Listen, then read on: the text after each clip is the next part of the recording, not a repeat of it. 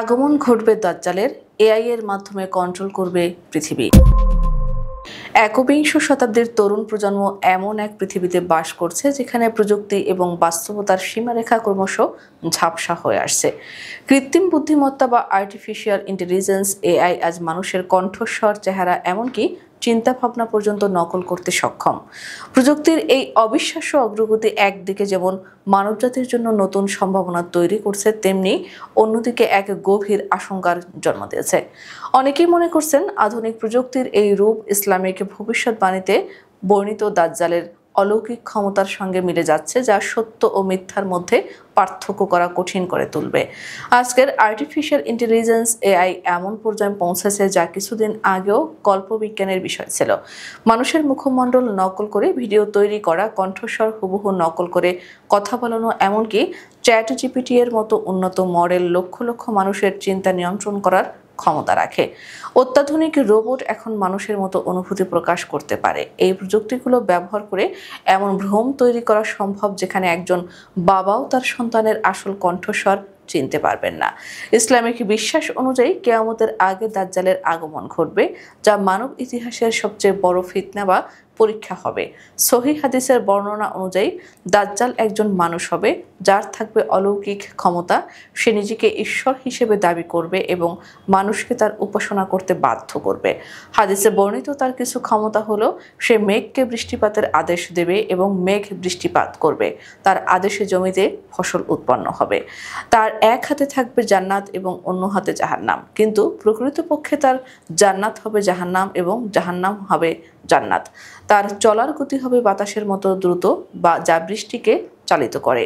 সে একজন ব্যক্তিকে হত্যা করে আরো জীবিত করবে এবং মৃত পিতা মাতাকে জীবিত করে দেখানোর মাধ্যমে মানুষকে প্রতারিত করবে। তবে কি প্রযুক্তি হবে দাজ্জালের হাতিয়ার? অনেকের মতে দাজ্জাল কোনো প্রযুক্তি নয়, বরং একজন মানুষ, কিন্তু সে তার অলৌকিক ক্ষমতার পাশাপাশি তৎকালীন সর্বোচ্চ প্রযুক্তি ব্যবহার করে মানুষকে বিভ্রান্ত করবে। বর্তমান প্রযুক্তির দিকে তাকালে এই ধারণা আরো শক্তিশালী হয়। ভিআর হেডসেট বা নিউরো সিমুলেশন ব্যবহার করে দাজ্জাল এমন এক কৃত্রিম জগৎ তৈরি করতে পারে যা দেখতে জান্নাতের মতো মনে হবে। মানুষ সেখানে ভার্চুয়াল সুখ এবং শান্তি অনুভব করবে, কিন্তু বাস্তবে তা হবে জাহান্নামের শামিল। হাদিসে বর্ণিত দাজ্জালের দ্রুতগতির সঙ্গে আজকের হাইপারলুপ, ড্রোন, পড বা অ্যাডভান্সড ভিটল এয়ারক্রাফটের মতো প্রযুক্তির মিল খুঁজে পাওয়া যায়, যা তাকে অল্প সময়ে পৃথিবীর এক প্রান্ত থেকে অন্য প্রান্তে নিয়ে যেতে পারে। দাজ্জাল একজন মানুষকে হত্যা করে পুনরায় জীবিত করার যে কথা হাদিসে এসেছে, তা হলোগ্রাফিক টেলিপ্রেসেন্স বা মানব সদৃশ রোবটের মাধ্যমে সম্পন্ন করা হতে পারে। এআই, রোবোটিক্স এবং নিউরাল ম্যাপিং ব্যবহার করে মৃত ব্যক্তির মুখ, কণ্ঠ এবং স্মৃতিসহ একটি রোবট তৈরি করা সম্ভব, যা দেখে মনে হবে সেই ব্যক্তি জীবিত হয়ে ফিরে এসেছে। ইন্টারনেট অফ থিংস প্রযুক্তির মাধ্যমে আজকের জড়বস্তু যেমন দরজা, আলো, গাড়ি, এমনকি আবহাওয়া নিয়ন্ত্রণকারী স্যাটেলাইটও এআই দ্বারা নিয়ন্ত্রণ করা সম্ভব। দাজ্জাল যদি পৃথিবীর একটি বিশাল এআই নেটওয়ার্কের নিয়ন্ত্রণ নিয়ে নেয়, তবে তার পক্ষে জড় ও জীব উভয়কেই নিজের ইচ্ছামতো চালানো সম্ভব হতে পারে। রাসূলুল্লাহ সাল্লাল্লাহু আলাইহি সাল্লাম দাজ্জালের ফিতনাকে সবচেয়ে ভয়াবহ বলে উল্লেখ করেছেন। এই ফিতনার সময় মানুষের ঈমান, চিন্তা এবং অনুভূতির উপর ব্যাপক প্রভাব পড়বে। সূরা নিসার 120 নম্বর আয়াতে আল্লাহ বলেন, শয়তান তাদেরকে আশ্বাস দেয় এবং মিথ্যা প্রলোভন দেখায়। বস্তুত শয়তান তাদেরকে যে আশ্বাস দেয় তা প্রতারণা ছাড়া আর কিছুই নয়।